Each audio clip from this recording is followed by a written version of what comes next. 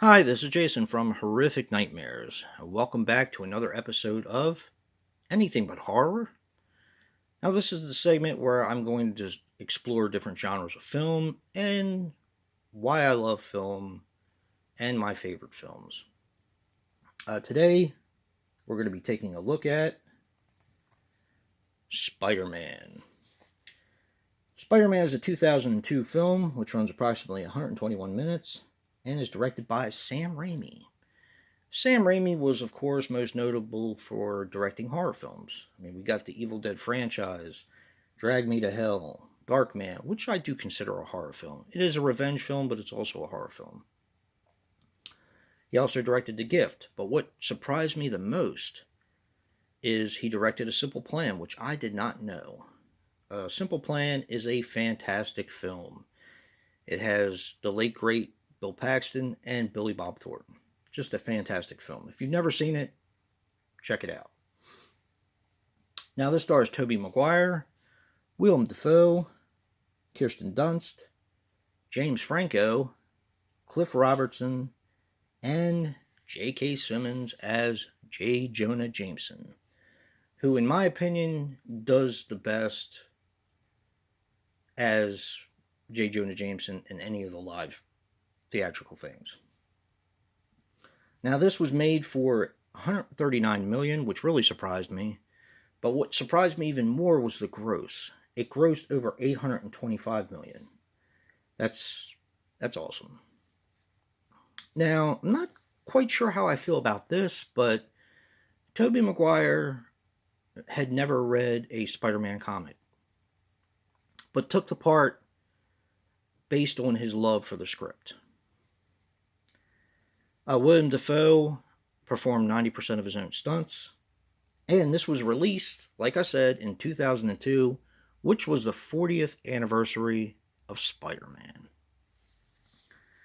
Now, I am not going to get into the synopsis of this. This is a Spider-Man origin story. In my opinion, it's the best one. It's been done twice, I believe, on film. Yeah, 2 times, I do believe. This one, in my opinion, is the best. If you've never seen Spider-Man or never read a comic book, definitely check this one out. But I'm sure most people know how Peter Parker, played by Tobey Maguire, got his spider powers. Now, Spider-Man has always been it for me. He's been my favorite superhero ever since I was a little kid. I used to watch I think it was the 63 or the 67 series. Of course, it was in reruns, but I used to watch it every morning when I got up. And I just have so many fond memories. My father used to buy me Spider-Man comic books. Of course, they were 25 cents a piece when he got them because I'm old. Yeah. And I don't know, it was just everything was Spider-Man. I actually even had one of those. I don't know if you guys remember these, of course, but most of them, they were kind of Halloween decorations where the joints were posable and they were the full size of like a person. Well, I had one of those of Spider-Man on my door. So everything was Spider-Man to me. I read the comic books. I watched the shows. I even watched the live-action show with Nicholas Hammond. I actually met his niece, surprisingly enough. Very odd story. Maybe I'll tell that a different time. But I did meet his niece. She was very nice. And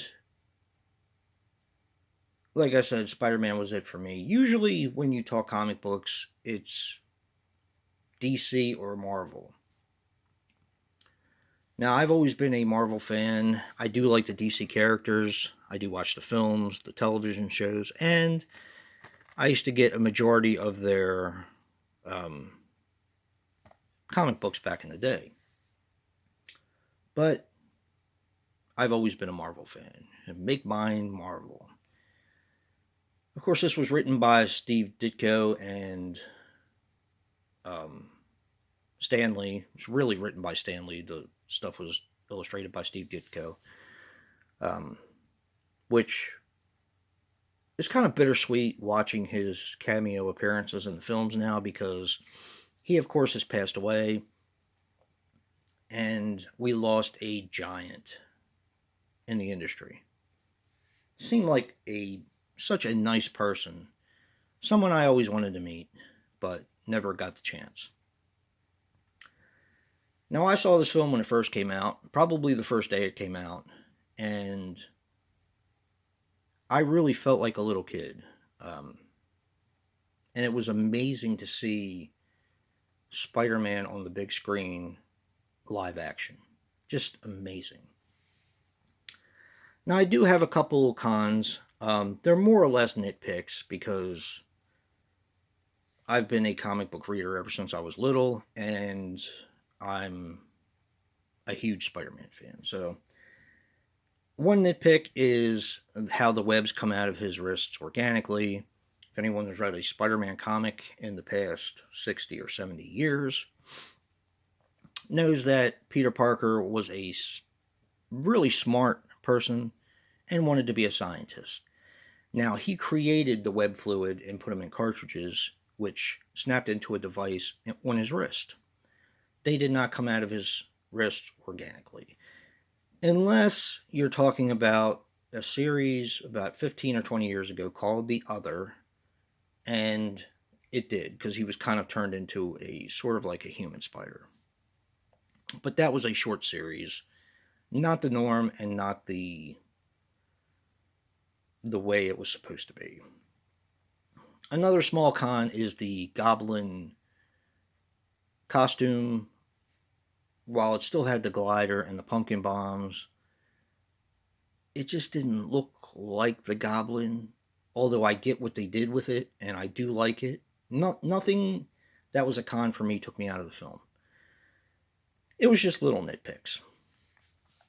And the last one brought us to the time of period that we were then. Before Spider-Man came out was September 11th, the events that happened on September 11th. And part of the film doesn't really hold up the way it did back then. Now, of course, the original teaser for Spider-Man had a big web between the two towers. And, of course, they don't show that. You can probably still find it on YouTube or wherever. But then the events of September 11th happened, and it's a little on the cheesy side, but it didn't feel like it at the time. When Spider-Man is fighting the Green Goblin towards the end of the film, he is helped out by several New Yorkers who are throwing stuff at the Goblin, saying, "You mess with one of us, you mess with all of us." And it just carried over the sentiment of being very tight-knit at the time. The events that happened on September 11th were horrible, devastating. But one bright spot that happened was that we all banded together, and it was kind of an us against them sort of thing.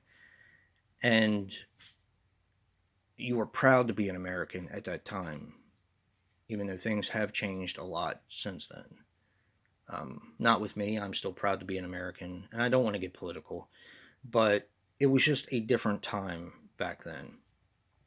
And it doesn't really hold up too well nowadays, seeing the stuff that's happened since. So, yeah, a nitpick, because I watched it again the other day.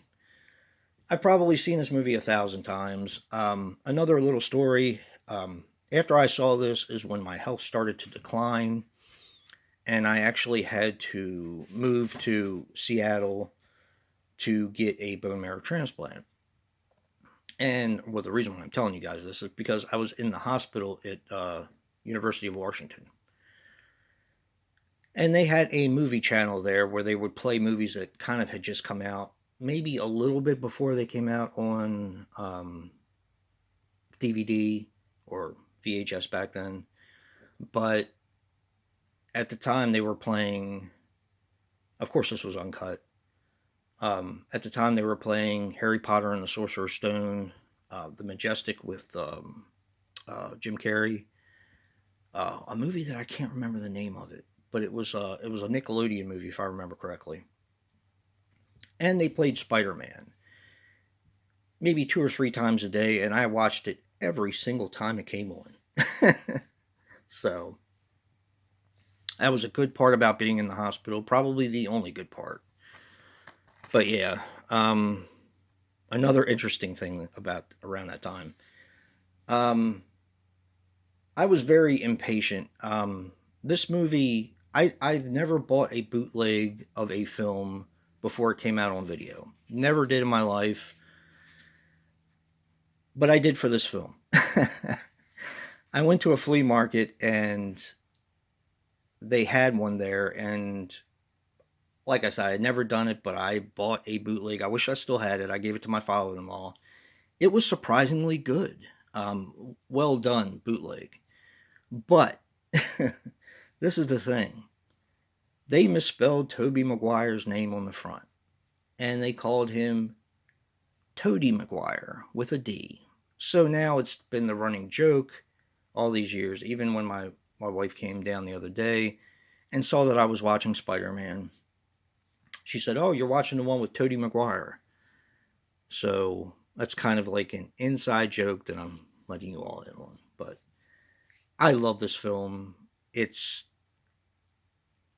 done extremely well. It still holds up today. And if you have not seen Spider-Man, watch it. It's so good. Just so darn good. And they recently had these at the Dollar Tree, which really surprised me. And that's actually where I picked it up, even though I've had several different DVDs over the years, the 2.1 Spider-Man or whatever it was, several different copies of it, of course. But yeah, this just kind of blew me away that it was at a Dollar Tree. But yeah, thank you guys for indulging me. If you like what you see in here, hit that like button and subscribe. And until next time, peace.